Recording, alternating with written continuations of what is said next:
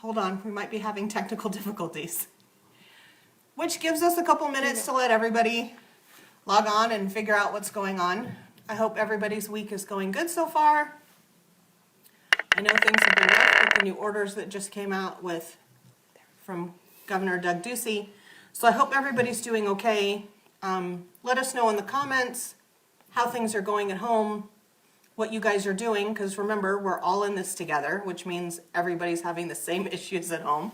So share what you're going through, how you're dealing with it, so that other people can comment. Maybe they can learn new things that they can try at home with their kids, because it sounds like this is going to be the rest of our year. So, okay, I'm going to get started.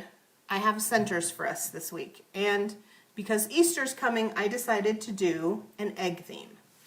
So, I'm going to show you the first activity. These eggs were donated by a family in Kearney, so thank you, Katie and Easton. We appreciate it. These are Target eggs, which apparently works so much better than the dollar store eggs that I was buying. So, if you can see in here, I have little chicks in my basket, and you can do this in a number of ways. The kids can open and close the eggs, they can add the chicks to it. You could add numbers to here so they could practice counting, fine motor skills, being able to open and close the eggs. And so if you decide to do an activity like this at home, let me know what you have at home that you can stuff your eggs with, that you can use with the materials that you have.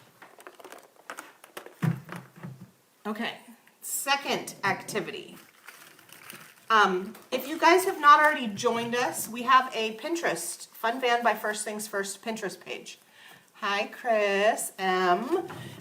So what I did was I already pinned the activities that I'm showing you today. So I have the patterns for these eggs, which I cut out and colored. Now your kids can help you with this, but what they're going to do is they're going to find the correct colors that match with their egg. So a yellow bottom and, can I see? There we go. And a blue top. Okay, so they've matched. So you're working on colors, you're working on fine motor skills. The kids can practice coloring these with you. They can make their own. You can turn it into a game where they have to guess what colors you're going to do. So this is just another activity that you guys can practice at home. Let me know how this one works out for you. I think this one's really fun. The kids will enjoy being able to color. I used pencils, but obviously you can use markers or crayons, and the kids can practice learning their colors. Okay, next activity. Again, like I've mentioned before, most of my materials come from the dollar store. And so this came from the dollar store, the container. The little bunny tongs, again, fine motor skills, being able to open and close. This one is really good for scissors because they're using the same finger and pincher grasp that they're using when they're practicing cutting. So this is a good one if you're working with cutting, if it makes you nervous and you want to try. These eggs came with little strings on them, I guess to be hung on a tree. I didn't know that Easter came with trees, but you know. So you can work with that. The glitter, if you have a glitter problem, if you're not a fan, you can spray these with hairspray and it will keep the glitter from falling off and getting all over your hands and all over your stuff, because glitter will get everyone. Chocolate in it. Chris, that's a good idea. I'm down for putting chocolate in in the eggs, no problem. Okay, I have another motor skill for you. Obviously, egg pattern again. I printed one off of the computer because I wouldn't be able to cut a good egg shape myself.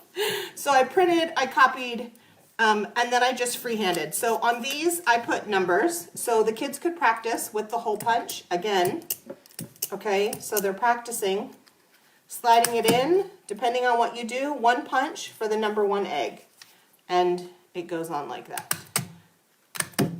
So you don't have to do numbers. You could just give the kids the eggs, or any shape for that matter, and let them loose with the hole punch and let them practice. Again, this is really good for when they're learning how to write and when they're practicing their scissor skills.